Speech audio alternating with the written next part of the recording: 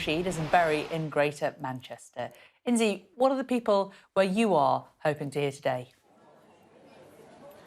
Good morning, Jane. Welcome to an incredibly sunny, an incredibly busy and an incredibly fabulous Bury market. This is the world-famous Bury market, famous for its black pudding, I'm told. Being a good Muslim boy, I won't be trying any, but we've got a very hungry crew here who will be trying that, and I'll tell you a bit about it later on. It's an incredibly lovely day today, but also very important as well, and that's because the eyes and ears of people here in Bury and many parts of the country will be on Westminster to hear and see exactly what the Chancellor has got to say, whether they can help alleviate pressures of the crisis, the cost of living crisis that many people here are faced with. We're going to be speaking to some business owners, just to everyday people here, to find out exactly what they want to hear from the Chancellor. But we know millions of households across the UK are bracing themselves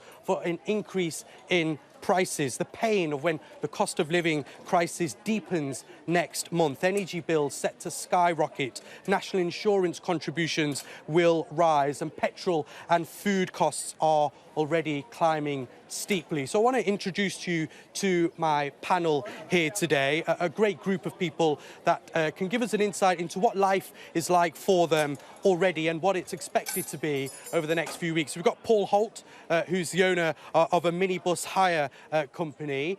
We have Tina Harrison, who's the organiser at the Trinity Food Bank. And we have Jenny over there, Jenny Noon, who is, fair to say, a recovering addict. Is that right, Jenny? Yes, and yeah. someone who is a volunteer at the food bank as well. Paul, I want to start with you, if you don't mind. Just tell me, what is it you are experiencing right now as a minibus driver, someone who helps people in the community, rising fuel costs? What is life for you right now? At the minute, it's costing me between £400 and £500 per week extra, just in fuel cost. We have 10 vehicles taking disabled children to and from school, so able-bodied as well as children in wheelchairs, and it's crippling. We've just got over the pandemic. That didn't help. Then we had, obviously, the Mayor of Manchester and his small business tax.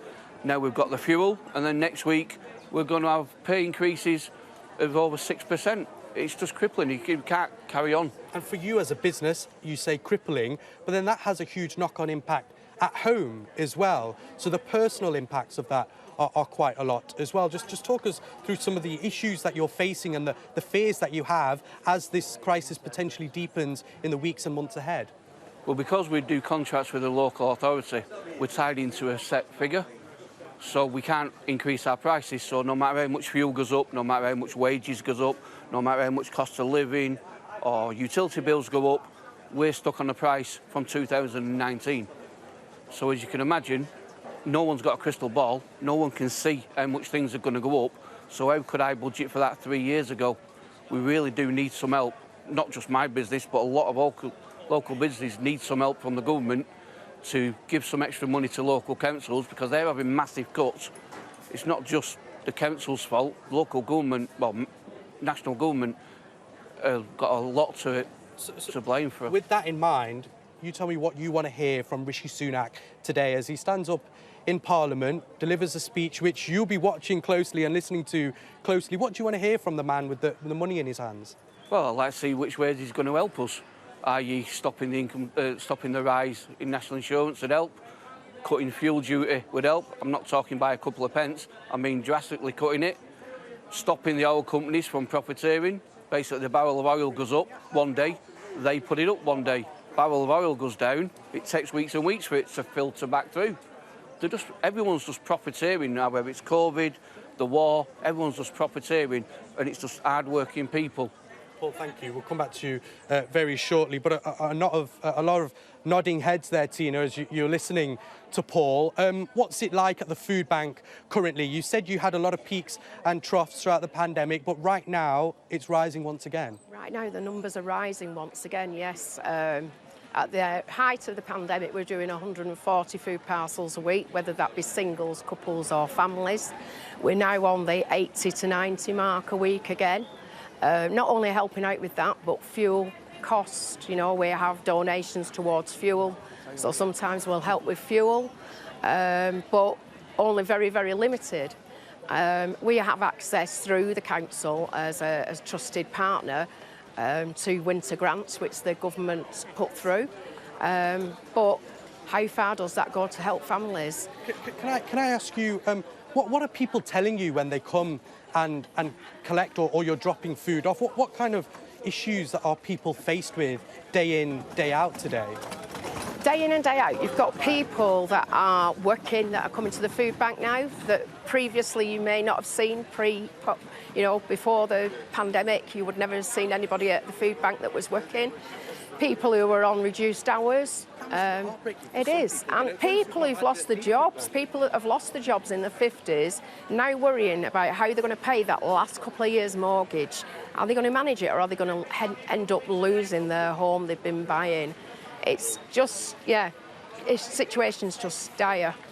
And it's set to get worse, and that's a real Yeah, worry for you guys as a food bank. Definitely. You know, you're going to have more people essentially to deal with, and the people that you're speaking to. Yes, yeah, and it's heartbreaking listening to the stories. You know, mothers coming in who are saying that they're struggling. They don't know where the next meal's going to come from or how they're going to manage. They're trying their hardest to work or find work.